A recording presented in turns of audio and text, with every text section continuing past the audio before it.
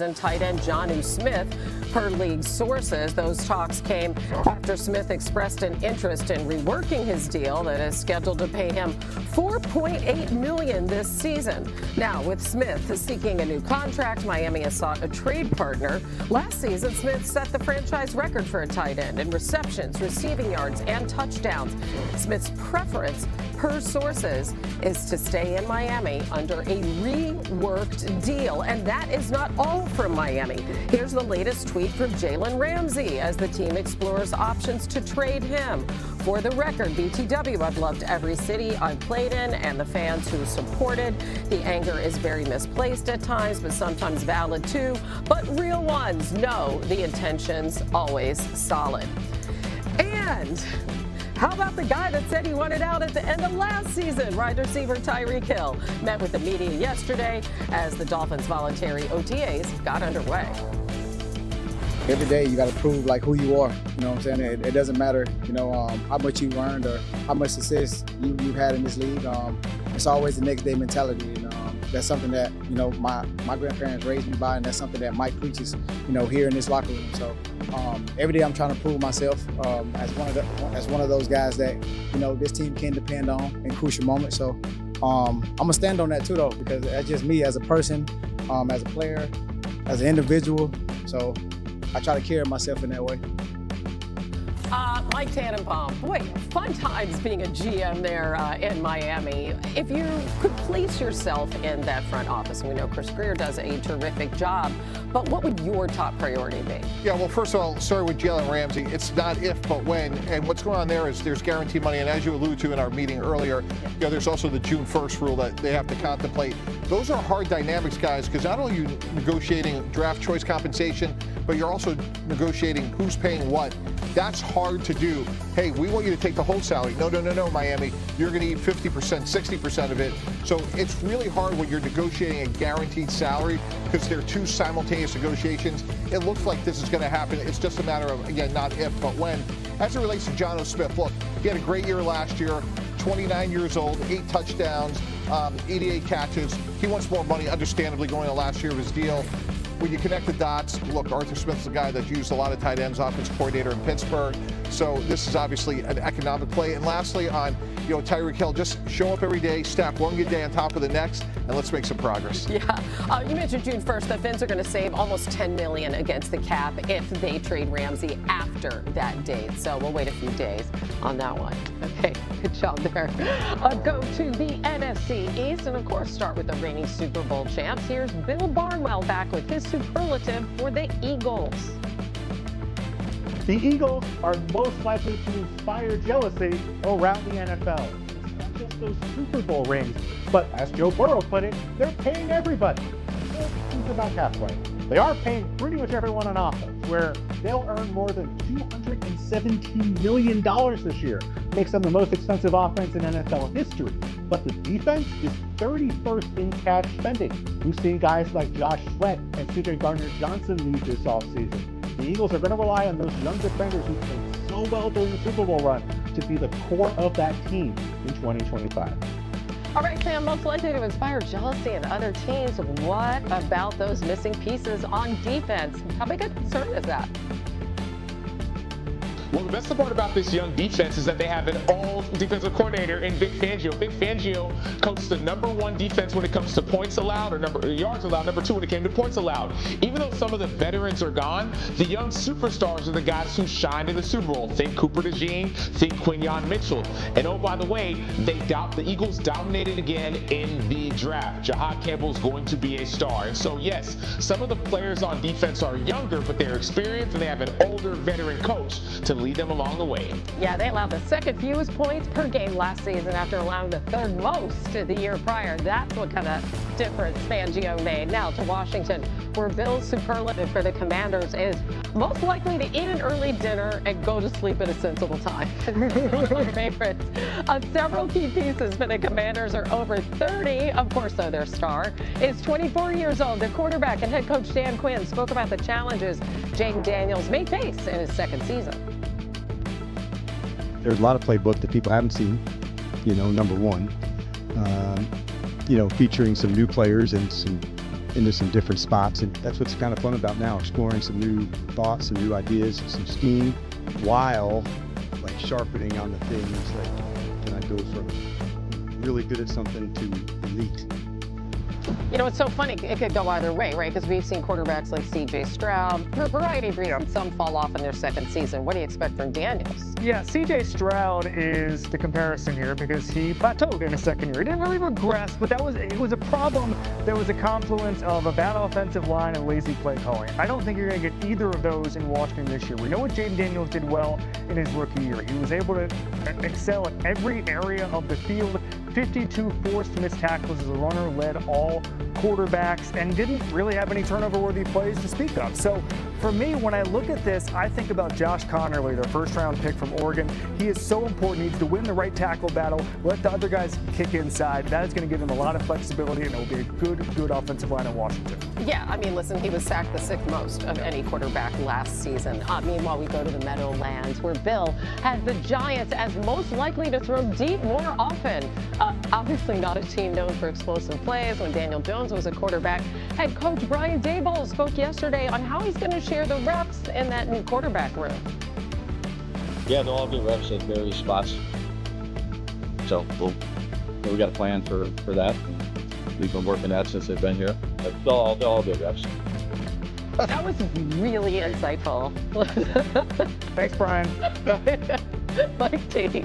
We have Russell Wilson.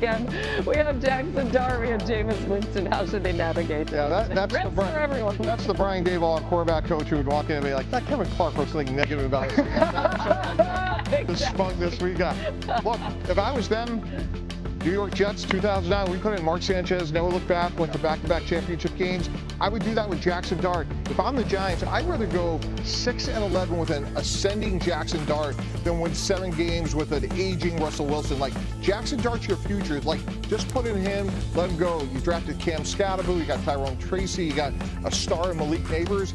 Feed into these young offensive skill players. That's your future. Dart, start of the season? You right now. Right away. Day one, snap one, rep one. Let's go. Okay, let's go. I love it. All right, finally, Dallas. Expectations always high there. Bill, the Cowboys superlative, please. The Dallas Cowboys are most likely to trust their old scouting reports, even when a player has struggled in the NFL. We saw them make a trade last year for Jonathan Mingo, who had struggled with Carolina, thinking they could turn this former second-round pick around. The Cowboys made a lot of moves like that this offseason. They trade for Kyer Elam and Kenneth Murray, 2 former first-round picks who have struggled so far on defense. They signed Peyton Turner away from the Saints and a former top 5 pick in Solomon Thomas, and then, of course, the big move for George Pickens. The Cowboys are betting that these players are going to be a lot better in Dallas than they've been elsewhere. Sam, I don't know about this strategy. Is betting on players who have not performed as well as their initial evaluation, is that a good idea? I actually hate the strategy. I don't think that strategy is a good strategy. But what is a good strategy is the way that they've drafted. They have 3 first-round picks that will be starting this year. And so if you want to be a dominant football team, you start in the trenches. I get it. The running back room isn't as experienced. Jayden Blue may be getting more of those reps, the rookie out of Texas. But no matter what names you see on your screen, they'll be running behind 5 offensive linemen, 3 first-round picks, and also Cooper Beebe at center, who's a third-round pick, who was top 10 in pass protection. And so I don't love the strategy of trying to go and have this redemption tour of players who haven't proven themselves. But building on the offensive line and having those running backs on your screen run behind them could help Brian Schottenheimer have another top #1 rushing offense in the NFL. Hey, speaking of, the Cowboys' new head coach Brian Schottenheimer spoke earlier this afternoon to the media, and he had some interesting thoughts on where Dak Prescott is on his career path. Take a listen. I think Dak is in the developmental phase, and that sounds crazy for a guy that's played that much, but like there's things that we're tweaking with Dak. The minute these quarterbacks think that they've figured it all out, that's when it's probably time for them to think about doing something different, because the way defense attack in this league, it makes it almost impossible to ever relax. Okay, I want to be really fair about this. Okay, he was initially asked if Will Greer was in his developmental phase, and basically that was his response. Everybody is in theirs, including Dak. What do you think about what he said? We're all in our developmental phase, right? I'm going to chalk this up to coach speak, okay? I'm going to assume he doesn't really believe that Dak Prescott is still trying to make huge developmental leaps as a quarterback. We can always get better, but I think he understands that Dak is established in this league. I'm going to give a compliment sandwich about the Cowboys roster, okay? Number one is that George Pickens is the third best vertical receiver in football over the last few years behind Justin Jefferson, Tyreek Hill. That's good. The bad news is that's not enough. And that's not enough in the NFC East, where I'm not seeing a huge path for them to be anything better than third in that division. Because you're not going to catch the Commanders, who are on the ascent, and you're not going to catch the Eagles, who have the best roster in football. Hope is not a strategy. And as Bill outlined, you're just seeing too many flyers on guys where we say, hey, we hope we can get here. I have to close the compliment sandwich. George Pickens is a very funny, engaging guy. There. Oh, there you go. Wow. Hope may not be Hope may not be a strategy, Hannah, but getting good players back from IR is meaningful. Sure. Okay. And when you look at guys like DeMarvion, Overshown, Trayvon Diggs, those are really good players that are coming back. Donovan Ezeraku. I think this defense, Matt Eberflus was a really good defensive coordinator. Obviously, he didn't work out as a head coach, but I think this defense will be sneaky good guys. Now, look, offensively, totally agree. It's a little bit of a work in progress. But I think this defense will play better and make this team more competitive than maybe they're getting credit for. Yeah, he wants that attacking physical offense. We'll see if they've done enough at running back, though, too, as well, to make that a reality. Time for one more thing. We're going to go back to Shannon. He describes a cool moment today between his new wide receiving duo, CeeDee Lamb, and the aforementioned George Pickens. There was a play, and it really wasn't anything George did, but we're in the red zone, and we're in kind of a spread formation. We hit him for a touchdown. Joe did on a little a bender, like a little skinny post down in the low red zone, and CeeDee was on the other side. And when CeeDee broke out, he looked back to see where the ball went, and he saw George in the end zone. He kind of dragged his toes up. CeeDee was like, yes!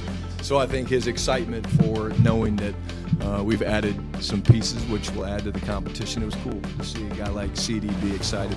And those two guys' relationship is awesome. What do you think, fellas? Kevin? I'll just say this. It's good for us to have another good player on the Cowboys who has a contract up, because that means more topics for our shows. Typically, when you acquire players in the last year of their deal, they're going to play. The Cardinals revamped their defensive line. They add Super Bowl champion Josh Sweat from the Eagles, as well as Dalvin Tomlinson and Calais Campbell.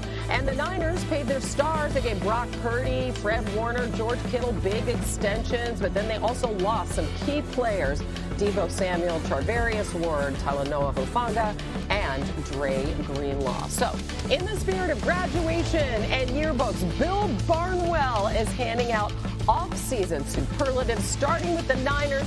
Here's Bill on his superlative for San Fran. The San Francisco 49ers are the team least likely to use the word rebuild around the organization.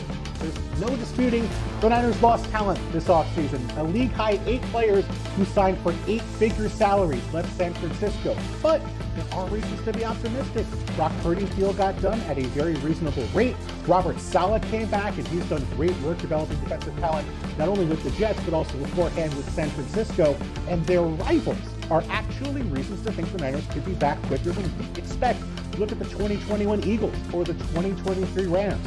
Two teams coming off of disappointing seasons who were not expected to make an immediate return to the postseason. That's exactly what happened. The 2025 Niners will hope to follow in their footsteps.